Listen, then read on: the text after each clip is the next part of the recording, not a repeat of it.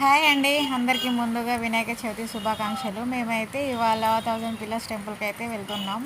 ఫాస్ట్గా రెడీ అయ్యేసి అయితే ఇక టెంపుల్కి స్టార్ట్ అయినాం.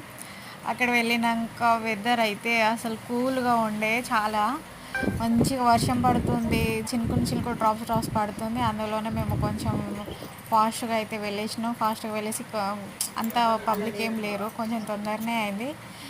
దర్శనం చేసుకొని మేమైతే అక్కడ కొంచెం సేపు ఫొటోస్ గిట్లా దిగి వీడియోస్ దిగి మళ్ళీ అయితే రిటర్న్ అయితే వచ్చేసినాం.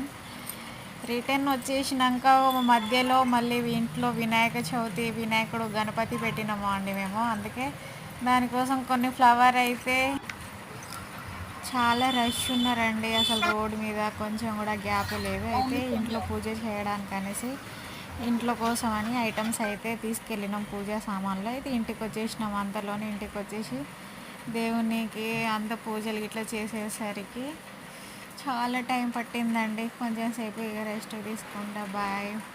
మీరు కూడా వినాయకుడు ఇంట్లో పెట్టుకున్నారా? పెట్టుంటే లైక్ చేయండి, షేర్ చేయండి, కామెంట్ చేయండి. మా వినాయకుడు ఎట్లున్నాడో చూసి సబ్స్క్రైబ్ చేసుకోండి ప్లీజ్.